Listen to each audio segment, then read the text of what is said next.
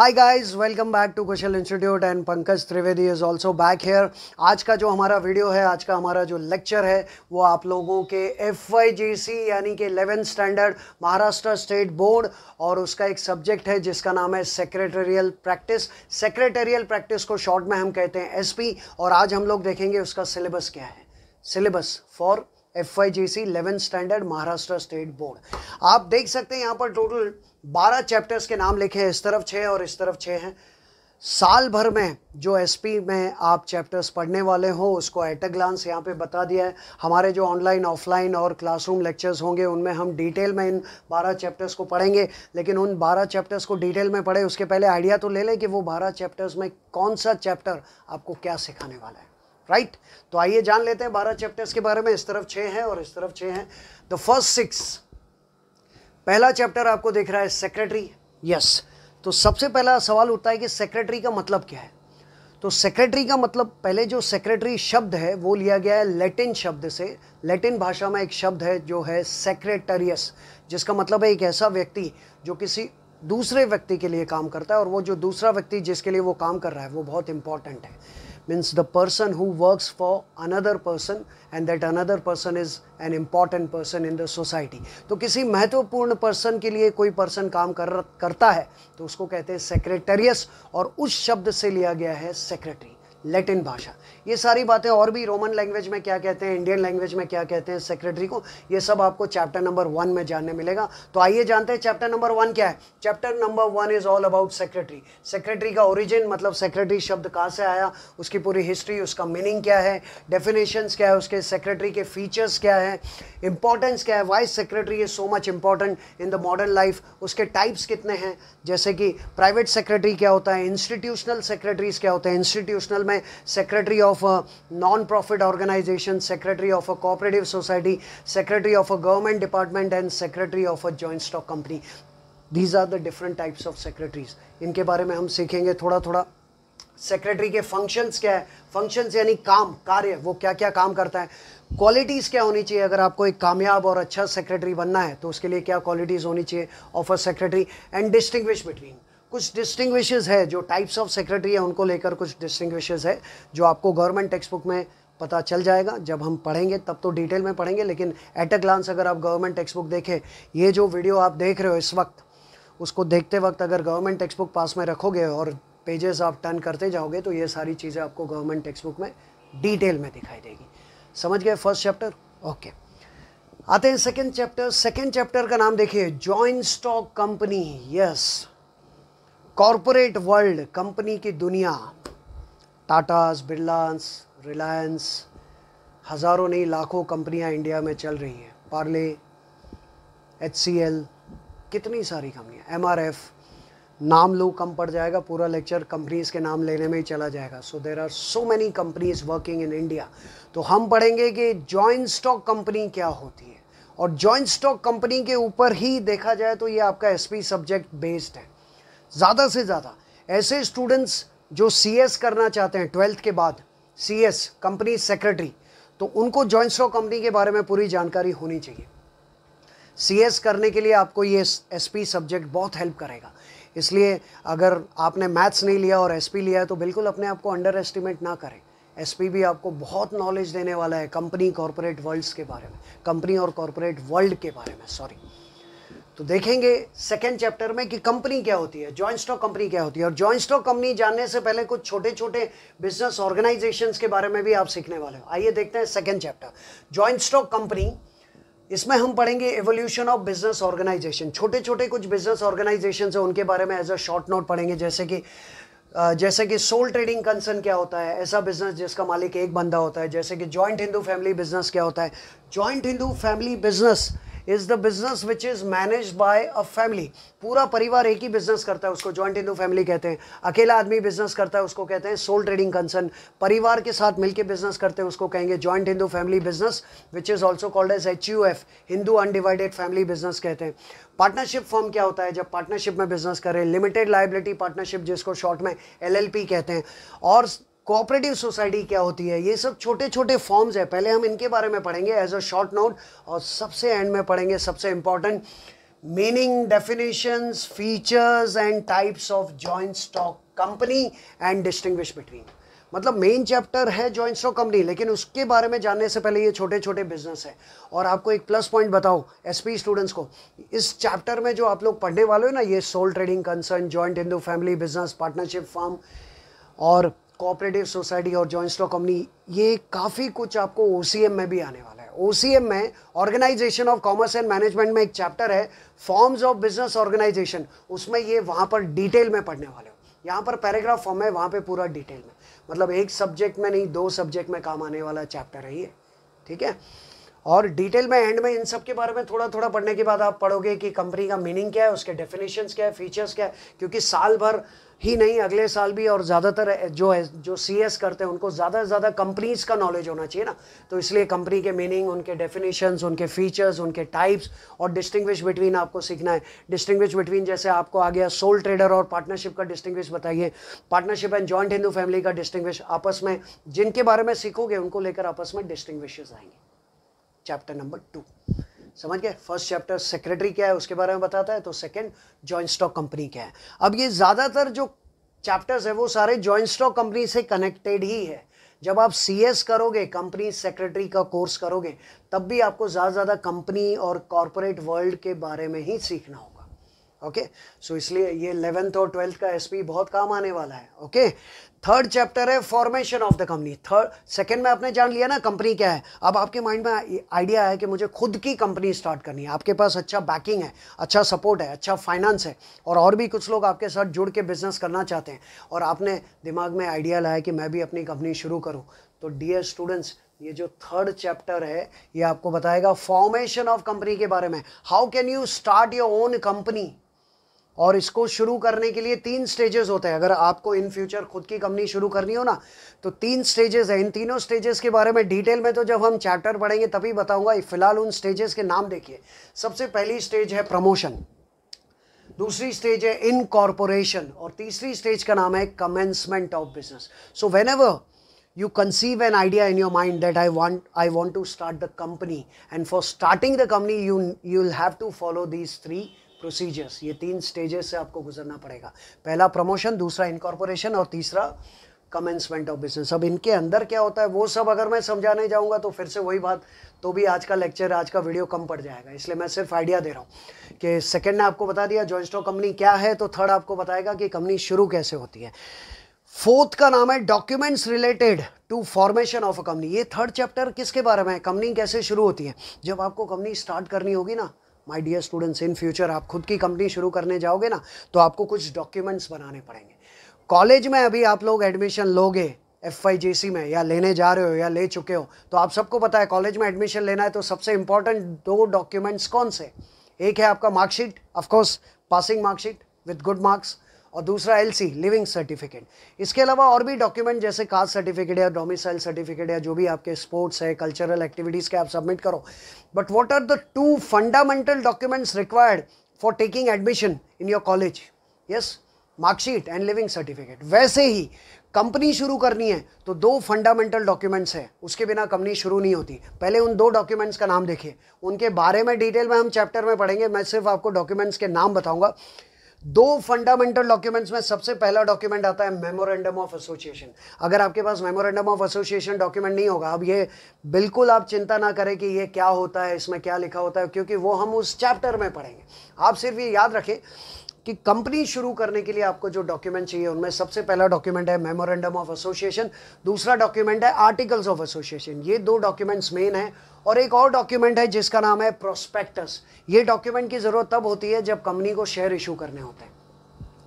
तो इसलिए main 2 fundamental document memorandum of association and articles of association, और तीसरा डॉक्यूमेंट अगर कंपनी अपने शेयर इशू कर रही है तो उसको और एक डॉक्यूमेंट की जरूरत पड़ेगी जिसका नाम है प्रोस्पेक्टस। और इस चैप्टर में भी कुछ डिस्टिंग्विश बिटवीन आएंगे, जैसे distinguish between memorandum and articles of association. तो अगर आपने डिसाइड कर लिया ना, पहले तो आपने जान लिया जॉइंट स्टॉक कंपनी क्या है, सबसे पहले आपने क्या जाना, सेक्रेटरी का मतलब, फिर आपने जाना जॉइंट स्टॉक कंपनी क्या है, फिर आपने सीखा कंपनी कैसे स्टार्ट की जाती है, उसके 3 स्टेजेस वो सब भी सीख लिए। फिर आपने जान लिया कि कंपनी अगर मैं स्टार्ट करना चाहता हूं तो उसके लिए कितने डॉक्यूमेंट चाहिए, वो भी आपने सीख लिया, और आपकी कंपनी शुरू हो गई।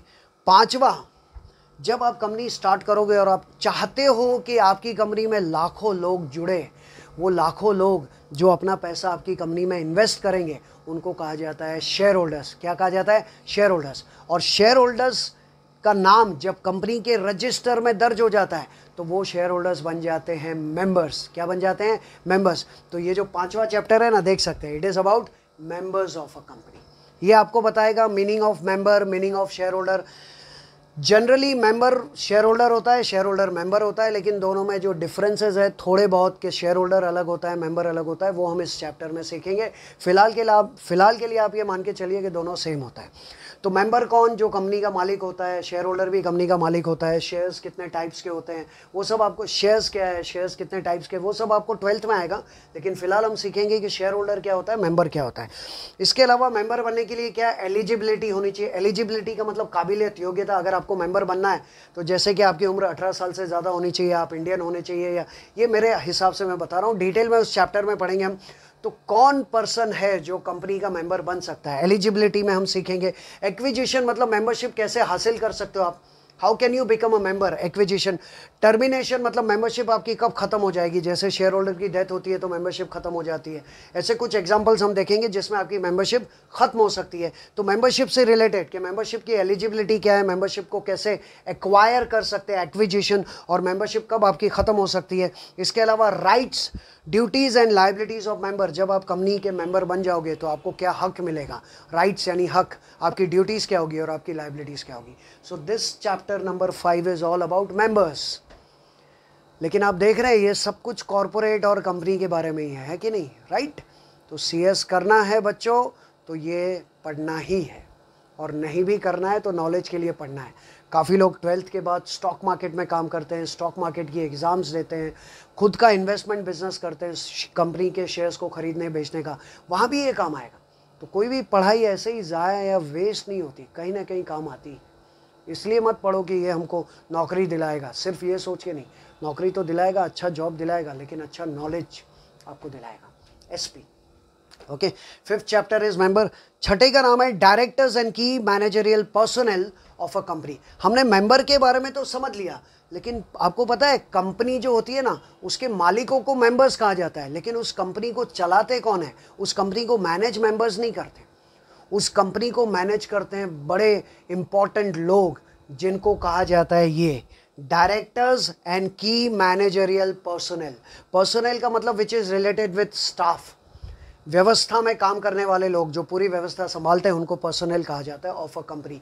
यानी इस चैप्टर में आप सीखने वाले हो, चैप्टर नंबर 6, कि कंपनी को मैनेज करने वाले लोग कौन होते हैं। तो मैनेज करने वाले कितने लोग होते हैं, जो उनके बिना कंपनी चल ही नहीं सकती, क्योंकि कंपनी के जो मालिक होते हैं ना, जो मेंबर्स होते हैं ना, वो तो घर बैठते हैं, उनको अलाउ नहीं किया जाता।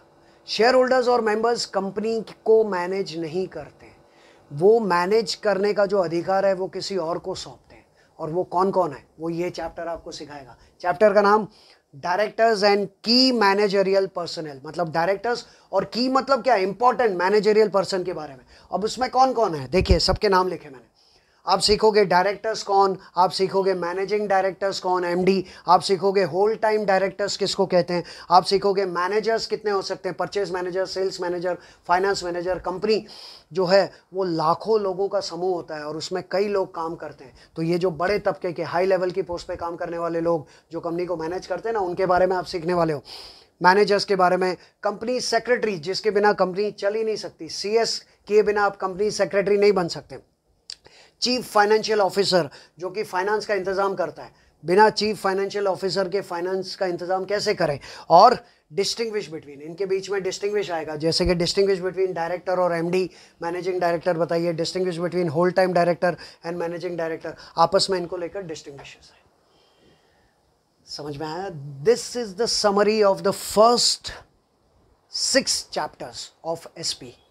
अब एक रिक्वेस्ट है, हर बार की तरह इस वीडियो को स्टॉप कीजिए, रिवाइंड कीजिए, और ये 6 चैप्टर्स को लेकर जो बातें मैंने बताई उसको एक बार पूरा देख लीजिए, स्टार्ट टू एंड पूरा दिमाग में बिठा दीजिए कि पहले 6 चैप्टर्स किसके बारे में। उसके बाद मैं यही हूँ, कहीं नहीं जा रहा हूँ, आप लोग रिवाइंड कीजिए और फिर मैं आपको कंटिन्यूटी में और 6 चैप्टर्स के बारे में बताऊँगा। So please stop, rewind and revise. मैं इधर ही हूँ। ओके गाइस, तो आप लोगों ने समझ लिया सेक्रेटरी क्या है। ये आपको फर्स्ट चैप्टर बताएगा, सेकंड बताएगा जॉइंट स्टॉक कंपनी के बारे में, थर्ड बताएगा कंपनी शुरू कैसे होती है, फोर्थ बताएगा कंपनी को शुरू करने के लिए कौन कौन से डॉक्यूमेंट्स होने चाहिए, पांचवा बताएगा कंपनी के जो मालिक होते हैं मेंबर्स वो कैसे मेंबर बनते हैं, उनकी मेंबरशिप कैसे ख़त्म हो सकती है, और छठा आपको बताएगा कंपनी को मैनेज करने वाले बड़े बड़े लोग जिसमें डायरेक्टर्स, एमडी, चेयरमैन और की पर्सनल जो रहते हैं वो आते हैं। राइट, 6 चैप्टर्स का आइडिया ले लिया। फर्स्ट चैप्टर ने आपको सेक्रेटरी के बारे में जितना बताना है बता देगा, उसके बाद ये पूरा जॉइंट स्टॉक कंपनी का ही सफ़र है। ये पूरा, ये आपने देखा, ये पांचों चैप्टर्स किससे रिलेटेड है? कंपनी से रिलेटेड। हालांकि सेकंड में थोड़ा थोड़ा sole trading, partnership, joint Hindu, उसके बारे में थोड़े थोड़े एज अ शॉर्ट नोट आपको उसमें मिल जाएंगे, शॉर्ट नोट्स, लेकिन डिटेल में आपको पढ़ना है जॉइंट स्टॉक कंपनी के बारे में। तो आइए इसी को कंटिन्यू करते हैं।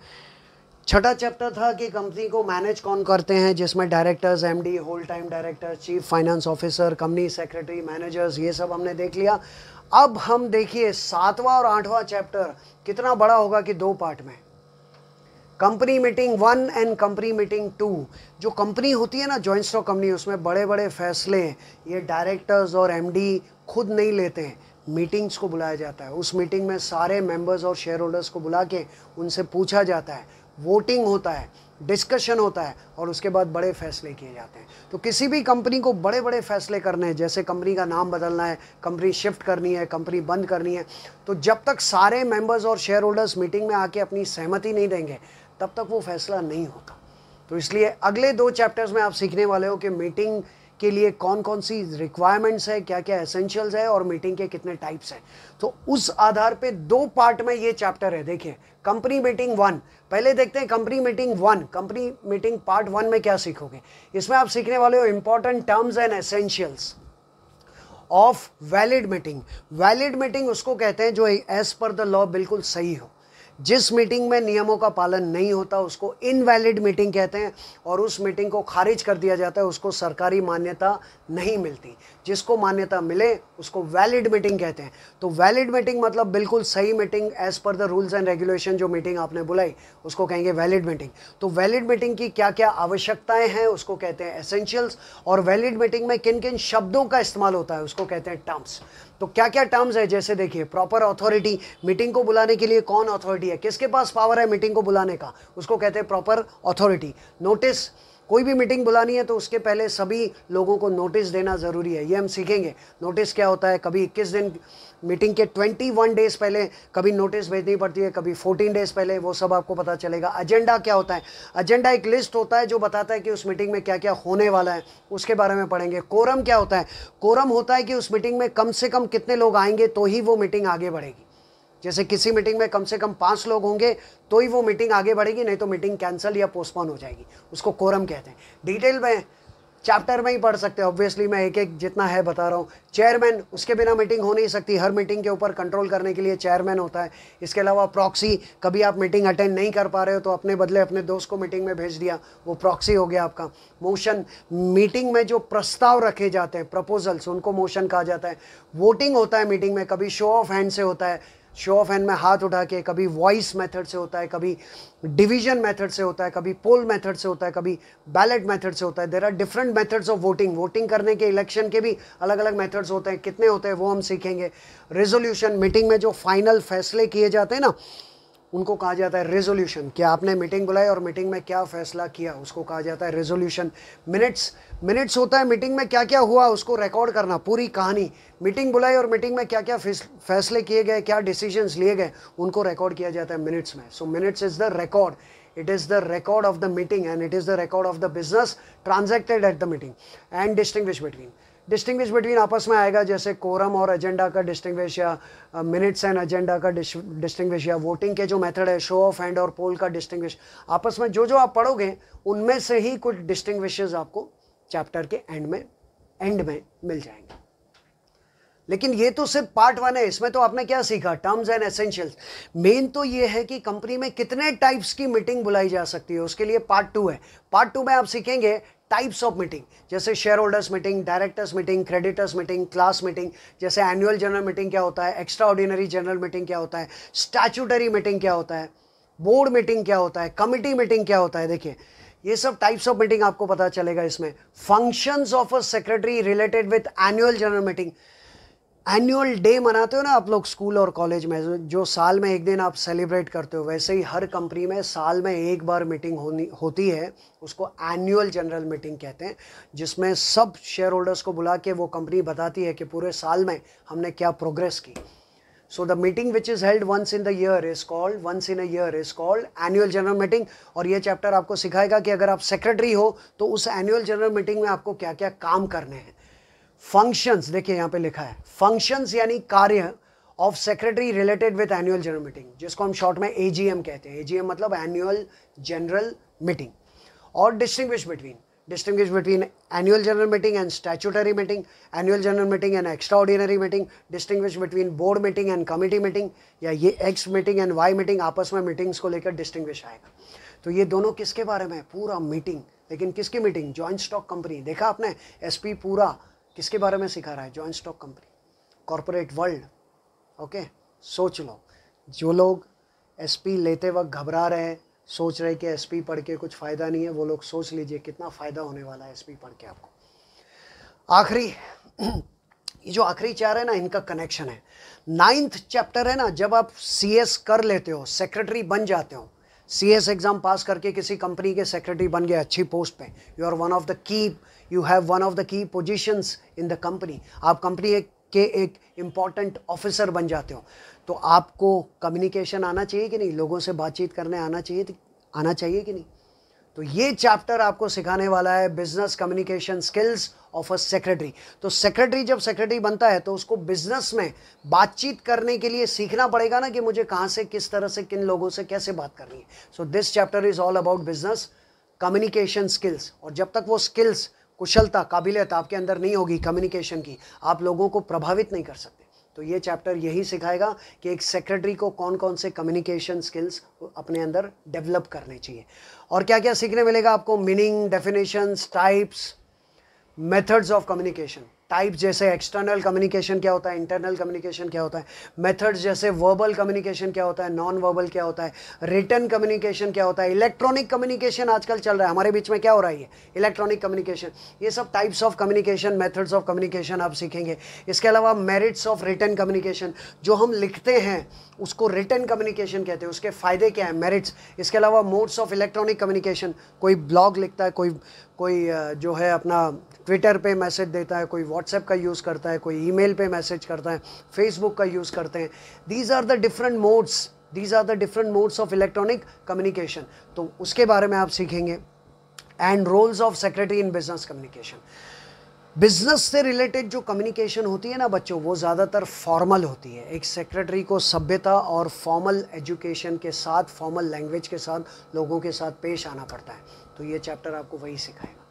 और इस चैप्टर में आपने सीख लिया ना किस तरह से, कौन सा कम्युनिकेशन कब यूज़ करना है, लोगों से कैसे बातचीत करनी है। तो उसके बाद अगले तीनों चैप्टर्स में एज अ सेक्रेटरी, ध्यान से सुनना, आखिरी तीन, ये 9th में आपने क्या सीखा, बिजनेस कम्युनिकेशन स्किल्स। तो वो सीखने के बाद आपसे आखिरी 3 चैप्टर्स में कहा जाएगा कि कुछ लोग हैं उनको आप लेटर्स लिखिए।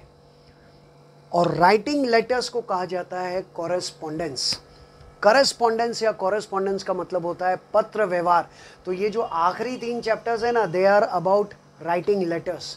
You will be ask, write a letter to a director, write a letter to a bank, write a letter to the registrar of companies. ये सब लोग हैं, आपसे कहा जाएगा कि इनको लेटर्स लिखिए। तो देखिए आखिरी 3 चैप्टर्स जो है आप देख सकते हैं, जिसमें 10वां है कॉरेस्पॉन्डेंस विद डायरेक्टर्स। ये चैप्टर आपको सिखाएगा कि एज अ सेक्रेटरी आप डायरेक्टर्स को कौन कौन से लेटर्स लिखेंगे, और जब डायरेक्टर्स को लेटर्स लिखें तो आपको कौन कौन से प्रिकॉशंस यानी सावधानियां लेनी चाहिए, और किन हालातों में आप डायरेक्टर्स को लेटर्स लिखेंगे। देखिए इसमें सीखेंगे कॉरेस्पॉन्डेंस विद डायरेक्टर्स में प्रिकॉशंस। डायरेक्टर्स को लेटर लिख रहे हो, बड़े लोग हैं, बड़े साहब हैं, उनको लेटर लिखते वक्त क्या क्या प्रिकॉशंस, सावधानियां बरतनी चाहिए, वो सिखाएगा। सर्कमस्टेंसेस का मतलब होता है हालात। ऐसे कौन से हालात हैं जब एक सेक्रेटरी डायरेक्टर्स को लेटर लिखता है, वो चैप्टर सिखाएगा। What are the circumstances under which a secretary writes letter to directors. Circumstances का मतलब परिस्थिति, हालात। और स्पेसिमेन लेटर्स, उसमें कुछ लेटर्स दिए हैं कि एक डायरेक्टर्स को आप अलग अलग कंपनी के जो अलग अलग सिचुएशंस होती है, हालात होते हैं, उसके हिसाब से आप डायरेक्टर्स को 5-7 लेटर्स लिखोगे। उन लेटर्स के एग्जांपल्स आपको बुक में दिए हैं। दे आर कॉल्ड स्पेसिमेन, मतलब वो एक फॉर्मेट है, नमूने हैं लेटर्स के, जिनमें से आपको एग्ज़ाम में कोई भी लेटर आ सकता है। कौन से चैप्टर्स में कितने लेटर्स है वो जब हम चैप्टर्स पढ़ेंगे तब आपको डिटेल में पता चलेगा। तो ये चैप्टर आपको सिखाने वाला है कि डायरेक्टर्स को हम कौन कौन से लेटर्स लिखें, किन हालातों में लिखें, और उनको लिखते वक्त क्या सावधानियां बरतनी है। सावधानियां इस प्रिकॉशंस, हालात को कहेंगे सर्कमस्टेंसेस, और कौन से लेटर्स है वो स्पेसिमेन। उसके बाद अगर 11वां देखें तो वो भी कॉरेस्पॉन्डेंस है। 11th chapter is again about correspondence with banks.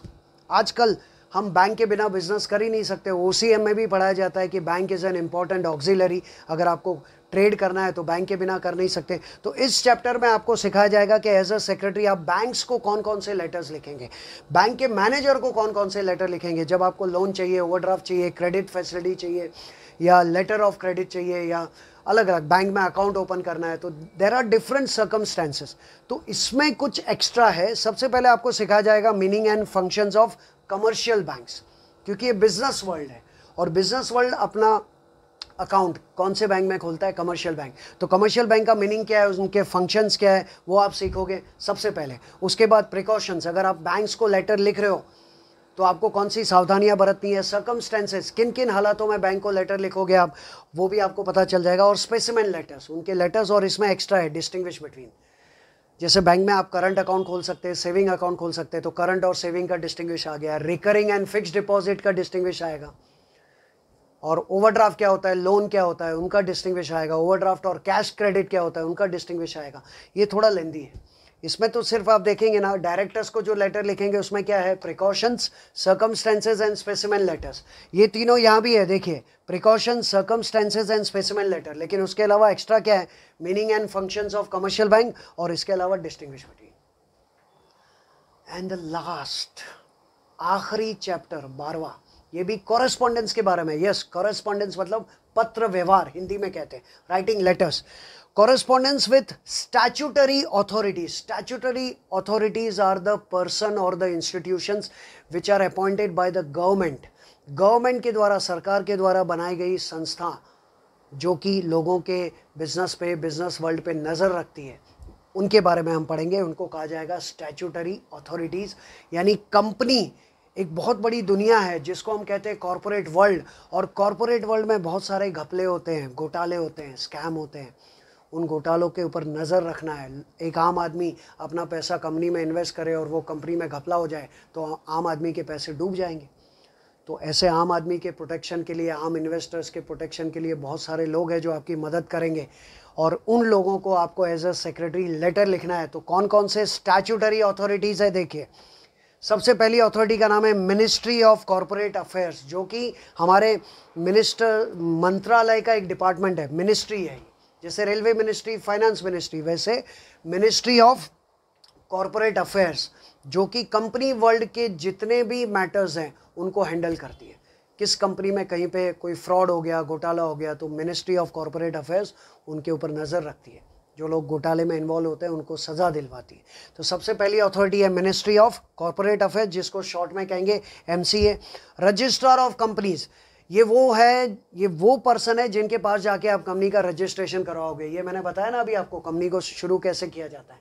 Formation में आप क्या करवाओगे, इनकॉर्पोरेशन। कंपनी का जब तक रजिस्ट्रेशन, या इनकॉर्पोरेशन का मतलब होता है रजिस्ट्रेशन, जब तक इनकॉर्पोरेशन नहीं होगा आपकी कंपनी शुरू होगी नहीं।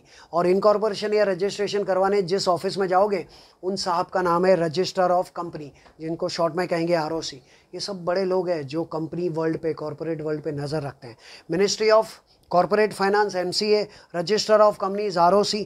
National company law tribunal NCLT, ये कोर्ट की तरह होता है। अगर कॉर्पोरेट वर्ल्ड में दो कंपनीज के बीच में झगड़ा हो गया, इन्वेस्टर और कंपनीज के बीच में झगड़ा हो गया, तो आपको हाई कोर्ट, सुप्रीम कोर्ट और सिविल कोर्ट में जाने की जरूरत नहीं है, आप इनके पास जा सकते हो। नेशनल कंपनी लॉ ट्रिब्यूनल कहा जाता है। Tribunal are similar to courts, NCLT। और वहाँ सुनवाई नहीं हुई तो उसके ऊपर की भी कोर्ट है, उसका नाम है national company law appellate tribunal, higher court. जैसे निचली अदालत में सुनवाई नहीं होती तो हम ऊपर जाते ना, वैसे ही। तो पहला है NCLT, ध्यान से देखिए, NCLT full form national company law tribunal, और दूसरा NCLAT full form national company law appellate tribunal मतलब हायर ट्रिब्यूनल, उसके पास जाके आप शिकायत दर्ज कर सकते हो। इसके अलावा security and exchange board of India, जिसको सेबी कहते हैं, हमारे देश के जितने भी स्टॉक मार्केट है ना और कंपनियां हैं ना, उनके ऊपर ये नज़र रखते हैं ताकि कोई शेयर्स को लेकर घोटाला नहीं करे। SEBI full form security and exchange board of India. तो ये सब स्टैट्यूटरी अथॉरिटीज़ है जो कंपनी और कॉरपोरेट वर्ल्ड पे नज़र रखती है। और आपको कहा जाएगा इस चैप्टर में एज अ सेक्रेटरी आप इन सबको क्या लिखिए, लेटर्स। तो आप सीखेंगे कि इनको लेटर्स लिखते वक्त क्या क्या प्रिकॉशंस लेने चाहिए और उनके स्पेसिमेन लेटर्स।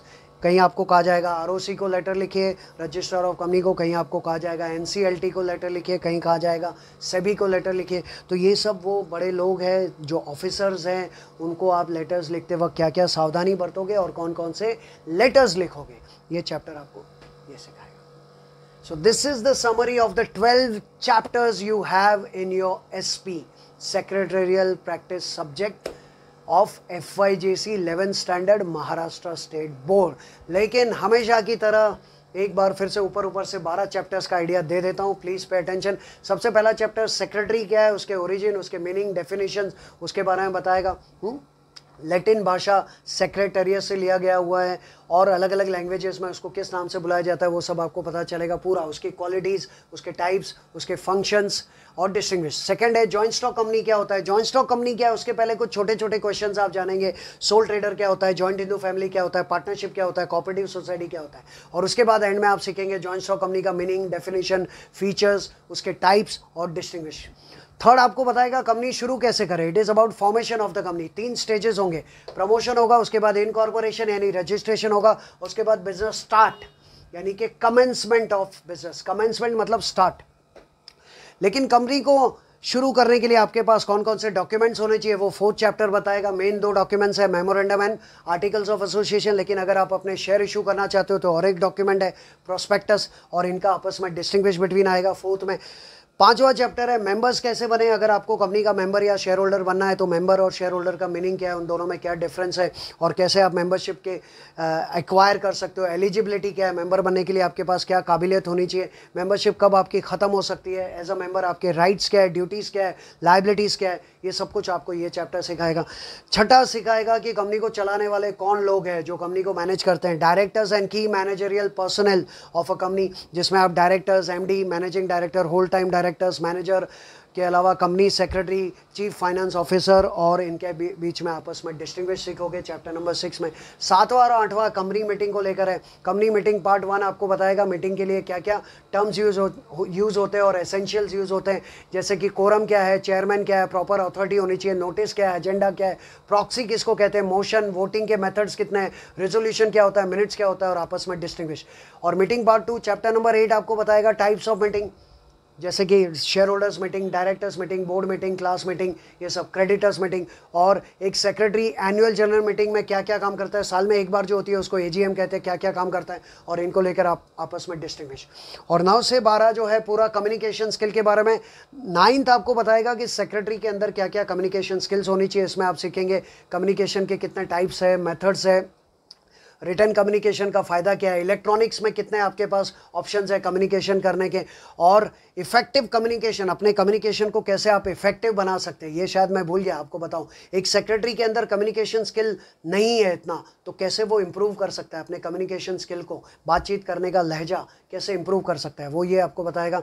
एंड सेक्रेटरी का रोल क्या है बिजनेस कम्युनिकेशन में, वो ये आपको बताएगा। ये शायद 2 पॉइंट्स मैंने बताए नहीं, लेकिन स्किल्स को कैसे डेवलप करना वो भी ये चैप्टर से आप सीख सकते हो, और सेक्रेटरी का रोल क्या है कम्युनिकेशन में। और उसके अलावा ये 3 चैप्टर जो है ये अलग अलग अथॉरिटीज़ को लिखे जाने वाले लेटर्स है। जैसे डायरेक्टर्स को आप क्या लेटर लिखोगे, उस लेटर लिखते वक्त क्या प्रिकॉशंस होने चाहिए, क्या सर्कमस्टेंसेस होने चाहिए और कौन से लेटर्स आप लिखेंगे। फिर बैंक्स को क्या लेटर लिखोगे आप, उसके पहले आप जानोगे कि बैंक का मीनिंग क्या है, उसके फंक्शंस क्या है कमर्शियल बैंक के, और क्या प्रिकॉशन, सर्कमस्टेंसेस और स्पेसिमेन लेटर्स के अलावा डिस्टिंग्विश मिलेगा।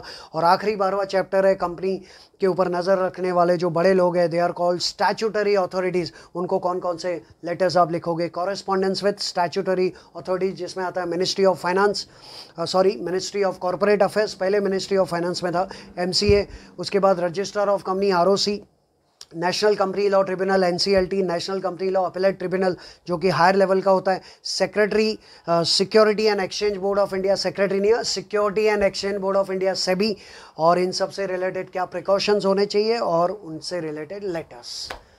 So this is you can say a summary or at a glance view about the syllabus you have in your FYGC 11th standard Maharashtra State Board. Okay बाकी detail में एक एक chapter हम during classroom lectures, online offline lectures पढ़ेंगे आराम से.